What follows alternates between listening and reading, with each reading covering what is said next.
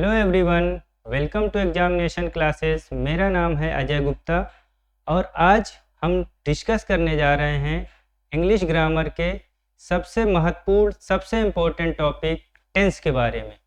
तो आइए सबसे पहले समझते हैं टेंस होता क्या है। सबसे पहले बात करेंगे टेंस के डिफिनीशन की।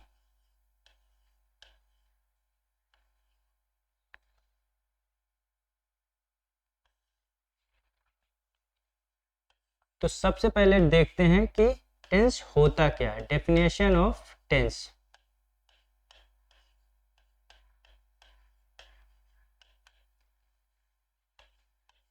Tense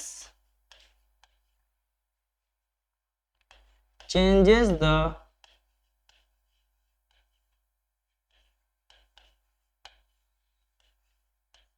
form of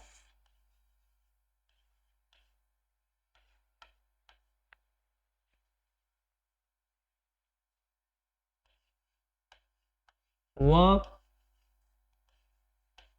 to express the time of an action।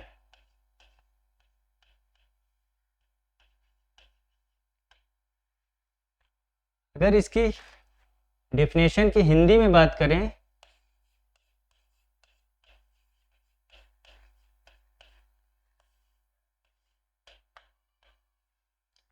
तो कार्य के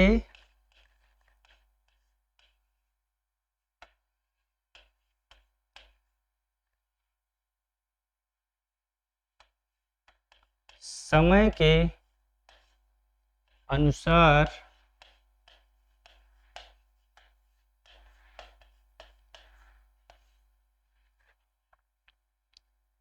क्रिया के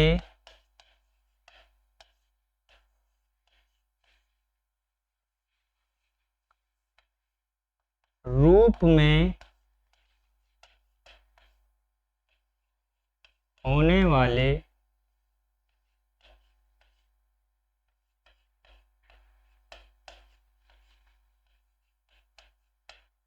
परिवर्तन को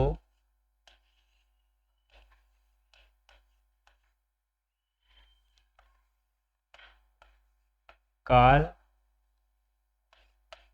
इंग्लिश में इसे टेंस कहते हैं। अब हम देखेंगे kinds of tense.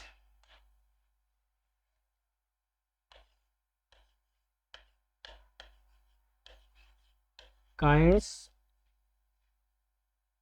Of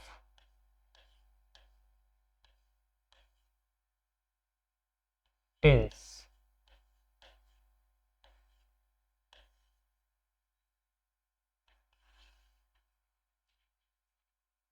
There are three kinds of tense. First is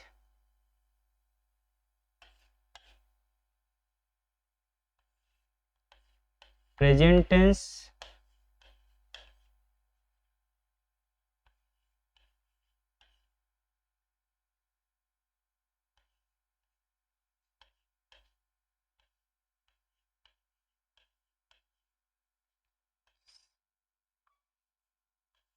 second is past tense,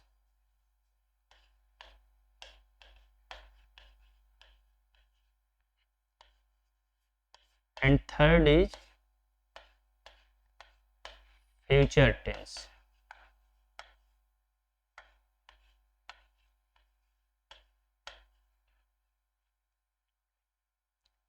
तो हमने जाना कि टेंस कितने प्रकार के होते हैं। तीन प्रकार के, प्रेजेंट टेंस, पास्ट टेंस और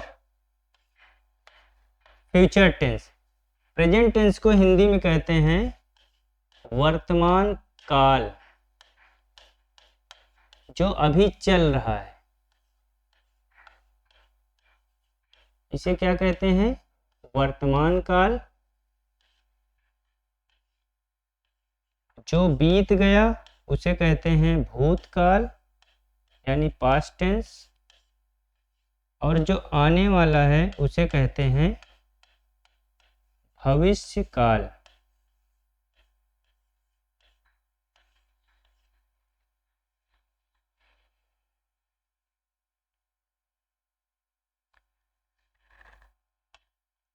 तो अब हम एक एक टेंस के बारे में जानेंगे।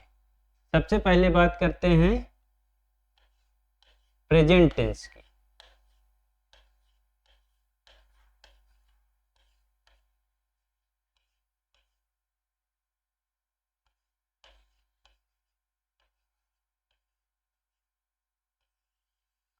इस प्रेजेंट टेंस के भी 4 सब काइंड्स होते हैं। पहला प्रेजेंट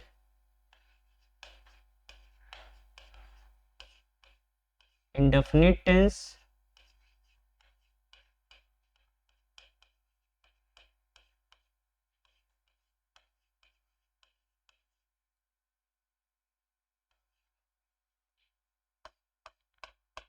दूसरा प्रेजेंट कंटिन्यूअस टेंस,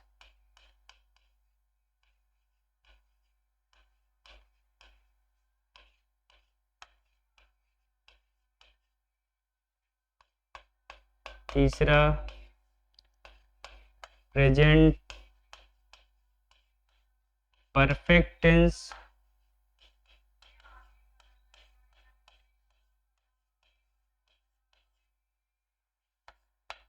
और चौथा प्रेजेंट परफेक्ट कॉन्टिन्यूअस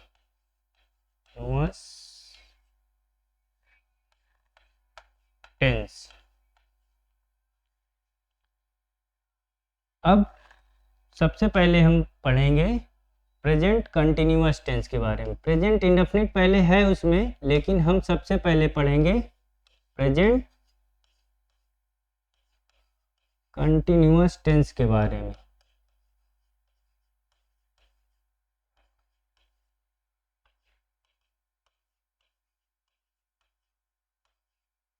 क्योंकि इसे पढ़ना थोड़ा आसान होता है।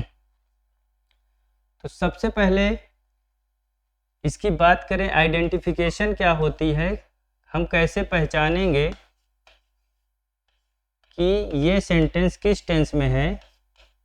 तो इसकी हम लिखेंगे आइडेंटिफिकेशन, मीन्स पहचान।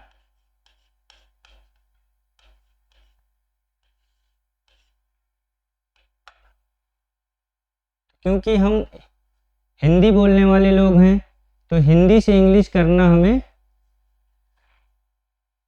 आसान लगता है। तो सबसे पहले हम सीखेंगे कि इसकी हिंदी में क्या पहचान होती है। तो इस टेंस के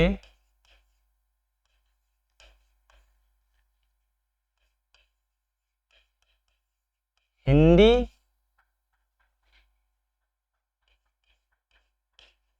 वाक्यों के अंत में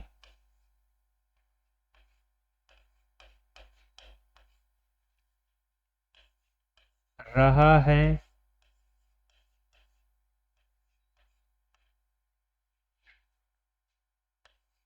रही है,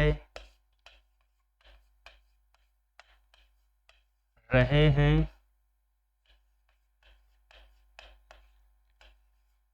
आदि शब्द आते हैं।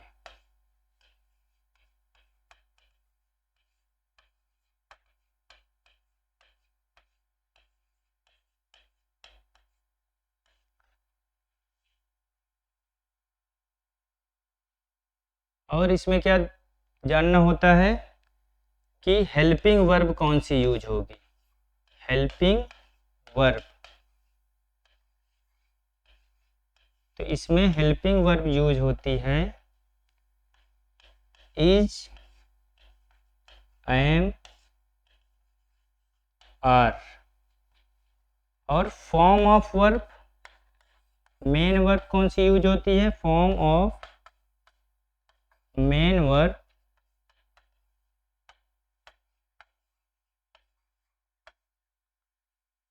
वो वर्ब की आईएनजी फॉर्म, वर्ब की आईएनजी फॉर्म। अभी आगे डिस्कस करेंगे कि किसके साथ इज यूज होता है, किसके साथ एम यूज होता है और किसके साथ आर यूज होता है। तो यहाँ पे हम देखते हैं कि इज किसके साथ यूज होता है। ये जो इज हेल्पिंग वर्ब है ये किसके साथ यूज होती है? तो ये यूज होती है सिंगुलर सब्जेक्ट के साथ, सिंगुलर सब्जेक्ट्स के साथ।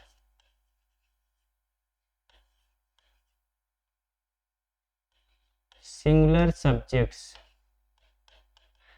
सिंगुलर सब्जेक्ट्स कौन कौन से होते हैं? ही, शी, इट और किसी का भी नाम।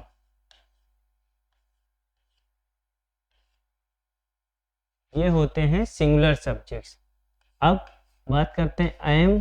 तो एम सिर्फ और सिर्फ आई के साथ यूज होता है और आर यूज होता है प्लूरल सब्जेक्ट के साथ, प्लूरल सब्जेक्ट्स के साथ।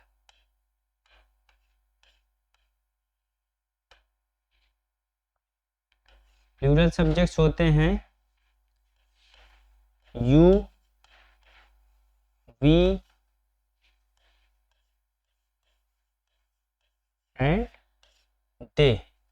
आई भी प्लूरल सब्जेक्ट ही होता है, लेकिन यहाँ पे एक्सेप्शन है कि सिर्फ और सिर्फ आई के साथ एम यूज होता है।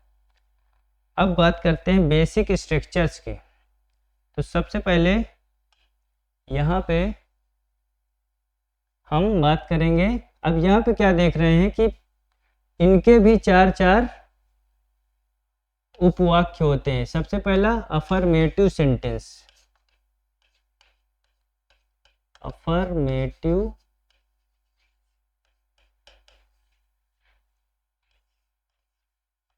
सेंटेंस।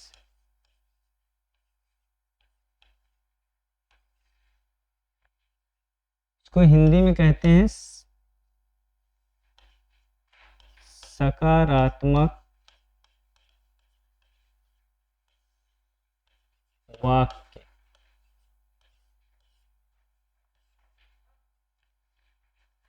यहाँ पे हम जैसे मैथ सॉल्व करते हैं उसी तरीके इंग्लिश को भी कुछ उसी तरीके से समझने की कोशिश करेंगे। यहाँ पे हम क्या लिख देंगे, इनका स्ट्रक्चर। जैसे सबसे पहले सब्जेक्ट,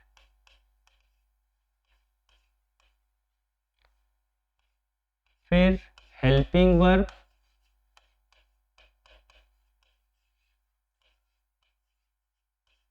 हेल्पिंग वर्ब इसमें क्या है? Is, am, are. फिर क्या आएगा? मेन वर्ब, मेन वर्ब की ING form plus object plus other words.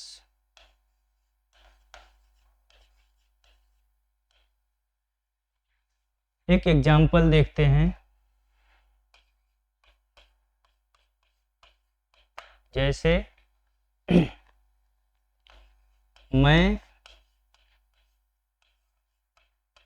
बाजार जा रहा हूँ। तो इसमें सबसे पहले देखेंगे कि हमें किसकी ज़रूरत है? सब्जेक्ट। जैसे मैथ्स में फार्मूले होते हैं उस पर वैल्यू पुट करते जाते हैं, वैसे इसमें तो सबसे पहले सब्जेक्ट। तो इसमें सब्जेक्ट क्या है? इसमें काम को करने वाला कौन है? मैं। बाजार कौन जा रहा है? मैं। तो यहाँ पे मैं की इंग्लिश क्या होगी? आई। उसके बाद इसमें क्या है? Helping verb. Helping verb I के साथ हमने बताया था कि क्या यूज होता है? एम। फिर उसके बाद मेन वर्ब। मेन वर्ब क्या है? जाना। जाने को इंग्लिश में क्या कहते हैं? गो। इसकी कौन सी फॉर्म? ING form. तो यहाँ लिख देंगे गोइंग। कहाँ जा रहा है? ऑब्जेक्ट क्या है? बाजार। तो यहाँ पे क्या लिख देंगे? Going to market. ये हो गया इसका ट्रांसलेशन। मैं बाजार जा रहा हूँ। I am going to market. अब बात करते हैं निगेटिव सेंटेंसेस की।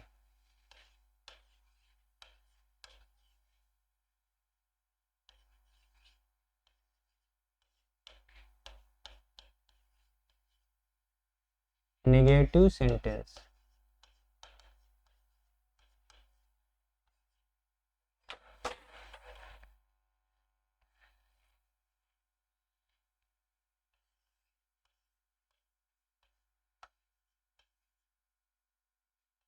इसका स्ट्रक्चर क्या हो जाएगा? सब्जेक्ट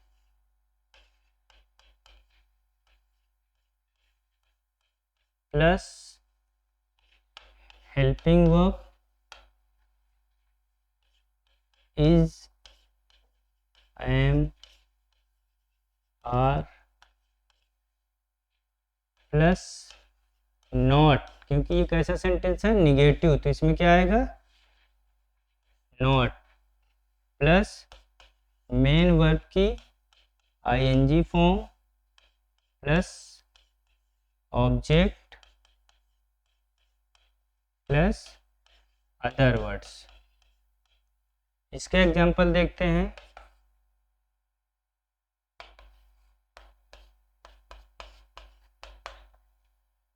वह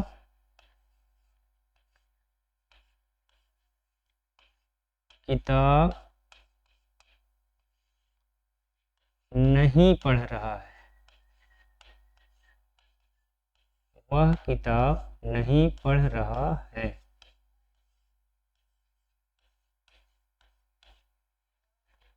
तो सबसे पहले हमें सब्जेक्ट की ज़रूरत है। सब्जेक्ट इसमें क्या है? वह। वह को इंग्लिश में क्या कहते हैं? ही। फिर हेल्पिंग वर्ब। हेल्पिंग वर्ब ये सिंगुलर सब्जेक्ट है, इसके अकॉर्डिंग क्या आएगी? इज। फिर नहीं के लिए क्या लगाते हैं? नॉट। पढ़ना को इंग्लिश में क्या बोलते हैं? रीड।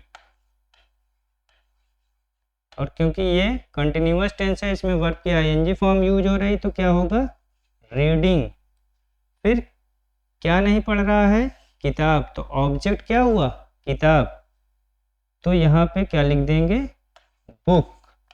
और क्योंकि यहाँ पे एक हिडन है, वह एक किताब नहीं पढ़ रहा है, यहाँ एक लिखा नहीं जाता, इसलिए इंग्लिश में यहाँ पे क्या लिख दिया जाता है? Article a. He is not reading a book. अब बात करते हैं इंट्रोगेटिव सेंटेंसेस की। Interrogative sentences.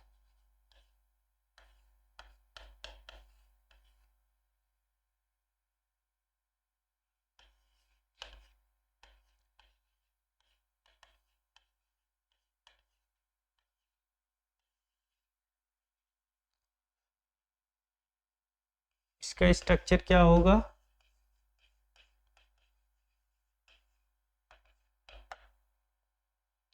इसमें हेल्पिंग वर्ब पहले आ जाती है। हेल्पिंग वर्ब पहले आ जाएगी, उसके बाद सब्जेक्ट प्लस मेन वर्ब की ING form plus object plus other words. अब यहाँ फुल स्टॉप नहीं, यहाँ क्वेश्चन मार्क आएगा, क्योंकि ये सेंटेंस कैसा है? इंट्रोगेटिव। एग्जाम्पल से समझते हैं। क्या तुम शहर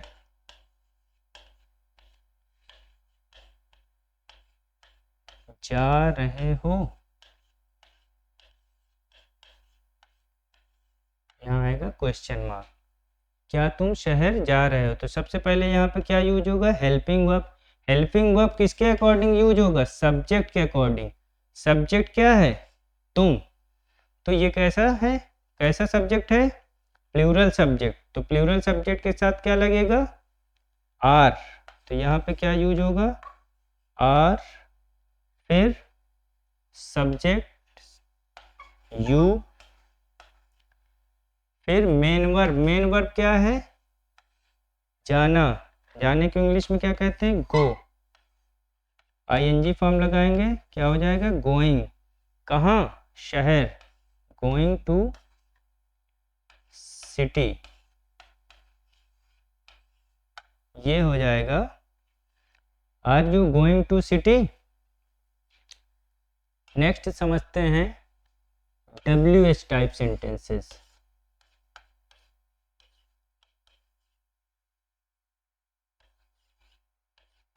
WH टाइप सेंटेंसेस।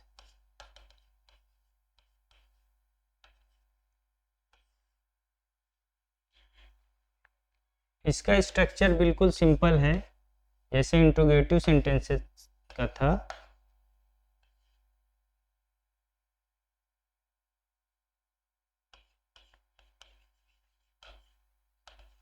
बस इसमें WH पहले लग जाएगा। WH plus helping verb plus subject plus not plus main verb ING form plus object plus other words और क्वेश्चन मार्क। अब यहाँ पे ये WH का मतलब क्या है? तो W means all interrogative words like what,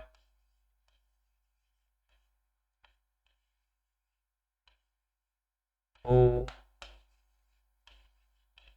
where, when,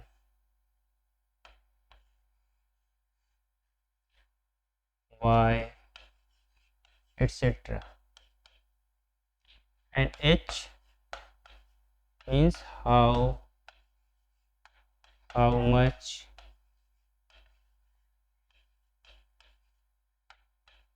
how many, etc. अब इसको एग्जाम्पल के थ्रू समझते हैं।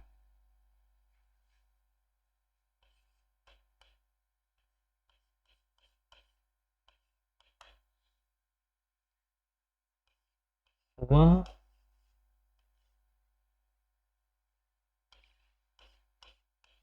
गाने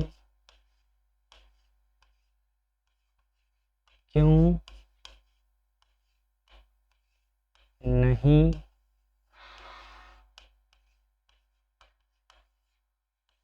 सुन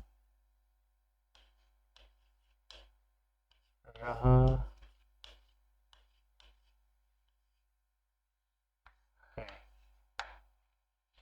वह गाने क्यों नहीं सुन रहा है?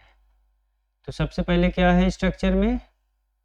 WH। तो WH यहाँ पे क्या, क्यों को क्या बोलते हैं? वाई। वाई, फिर जो हेल्पिंग वर्ब आएगी वो सब्जेक्ट के अकॉर्डिंग आएगी। तो सब्जेक्ट सिंगुलर है इसलिए क्या यूज होगा? इज। फिर सब्जेक्ट की इंग्लिश क्या हो जाएगी? वह को इंग्लिश में क्या कहते हैं? ही। Why is he. फिर नॉट,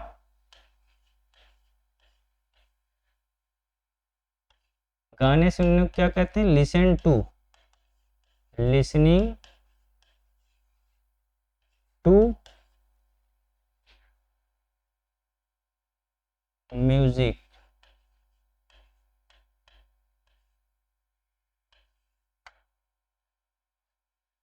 तो इस तरीके से हमने आज जाना कि टेंस क्या होता है, काइंड्स ऑफ टेंस और प्रेजेंट कंटिन्यूअस टेंस के बारे में हम लोगों ने थोड़ा समझा। तो इस वीडियो के बारे में आपकी क्या राय है कमेंट बॉक्स में ज़रूर बताइएगा। और आगे अगर आप चाहते हैं कि मैं टेंस के बारे में डिस्कस करूं तो आप कमेंट में ज़रूर बताइएगा। धन्यवाद।